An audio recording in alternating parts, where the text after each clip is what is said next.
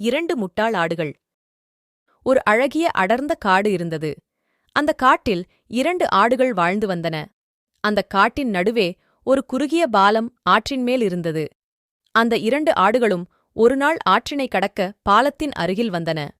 ஒரு ஆடு பாலத்தின் ஒரு பக்கமும் மற்றொரு ஆடு பாலத்தின் மறுபக்கமும் நின்றன. அந்த பாலத்தில் ஒரே நேரத்தில் ஒருவர் மட்டுமே கடக்க முடியும்.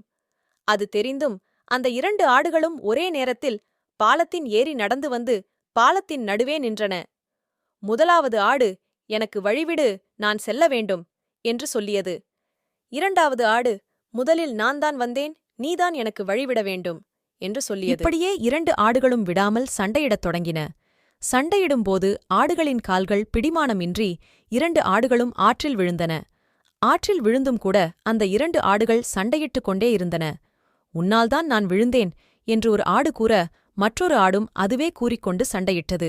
சிறிது நேரம் கழித்து 2 ஆடுகளும் தாங்கள் இப்போது ஆற்றில் விழுந்துவிட்டோம் என்பதனை உணர்ந்து, காப்பாத்துங்க, காப்பாத்துங்க என்று கத்தியது.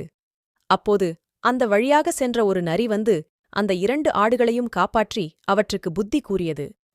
இருவரில் ஒருவர் விட்டுக் கொடுத்து சென்றிருந்தால் இப்படி ஆயிருக்காது என்று கூறியது. நரி கூறியதைக் கேட்ட 2 ஆடுகளும் தாங்கள் செய்தது தவறு என்று உணர்ந்து கொண்டு, இனிமேல் இந்த தவறை செய்யக்கூடாது என்று முடிவெடுத்தது. அதன் பிறகு 2 ஆடுகளும் விட்டுக் கொடுத்து செல்வதாக உறுதியளித்தன.